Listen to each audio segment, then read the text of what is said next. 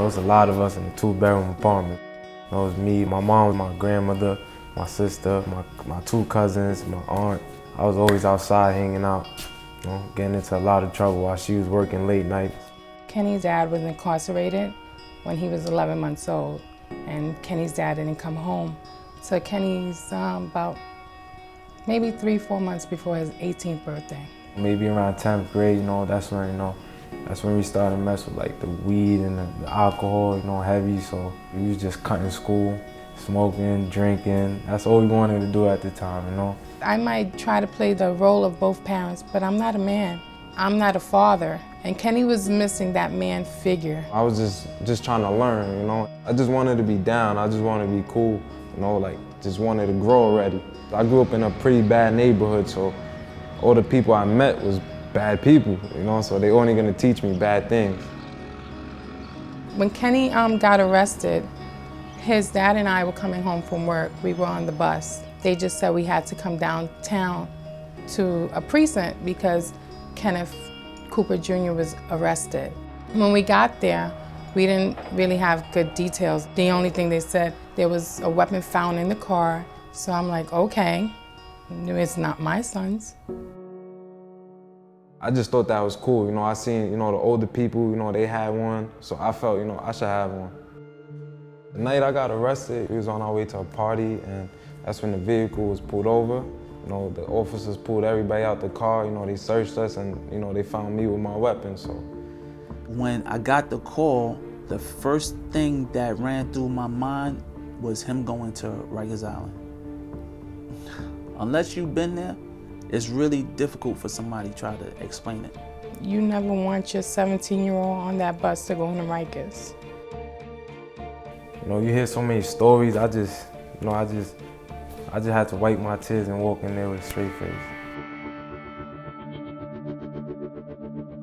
At that time, I didn't really, think nothing of it. I didn't know all the consequences and all the things I have to go through and, people I'm gonna have to face, Kenny Cooper was facing jail time in front of a very tough judge who doesn't play any type of games.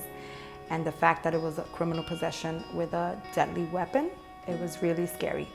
There is a presumption that if you have a firearm, you're intending to use it unlawfully against another person. The judge really has to be cautious about trying to determine why that happened and what's likely for the future. The felony charge that he was facing would be on him for the rest of his life. That would be like a label that he would have to carry.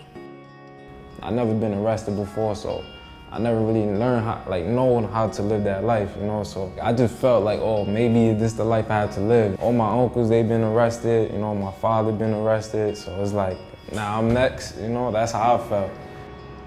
We found out about the Avenue for Justice program while we was in court. Our lawyer was in court and saw Carmen Arroyo in the courtroom. He saw what she was doing, and then he got Carmen Arroyo's business card, and he gave it to my husband, and we went forward from there. The Avenues for Justice program is an alternative to incarceration program. We talk to the lawyers, judges, district attorneys to give these kids a second chance in life. We'll serve over 200 youthful offenders this year and 150 preventive clients. Only 25% of juveniles released from New York State facilities stay out of prison. 90% of our graduates avoid incarceration. When Avenues for Justice got involved with Kenny, I knew that it wasn't going to be easy. So we try to show him and explain to him, listen, if you do go to jail, it's not only you. It's going to be you, your mother, your family that's going to suffer. They're going to also be doing jail time with you.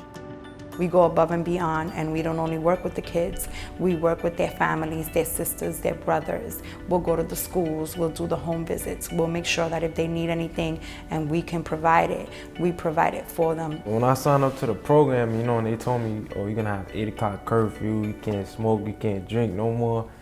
At that time, that's all pretty much we was doing and just thinking about hanging outside.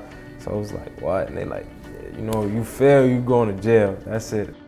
I just started speaking to my father, and he really broke down to, the importance of this program to me and how much a YO means and how strong it is. So that's when I was just like, you know what? Cold turkey, I'm gonna give this my all and we gonna ride through it. So. Ever since then, I haven't looked back.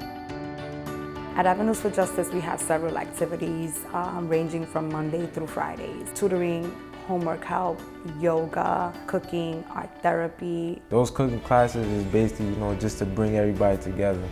When you bringing us together now at one table, and you take away the phones, you take away the games, it's like, that's where real conversation starts. So. I was just really trying to find myself, I always had, like a feel for poetry, like a passion for poems, but I never really followed through with it, so when I brought it up to Carmen, I write poems, she's like, what? Get out. Like, you should write a poem for the gala. And, I was just like, all right, no problem, I'll give it a try. So me being here, I was just, give me a lot of things to write about. Growing up in the community that he was growing up in, he had all those negative factors around him, and it was a little bit hard to detach him, but he did. I didn't know how to live this bad lifestyle, but Avenues for Justice told me, look, you don't have to. Just because you made a wrong decision that day, you could definitely still move positive in the future. Currently, I work in the Bronx as a porter. They actually offer trade classes there too, so I actually took, part of that.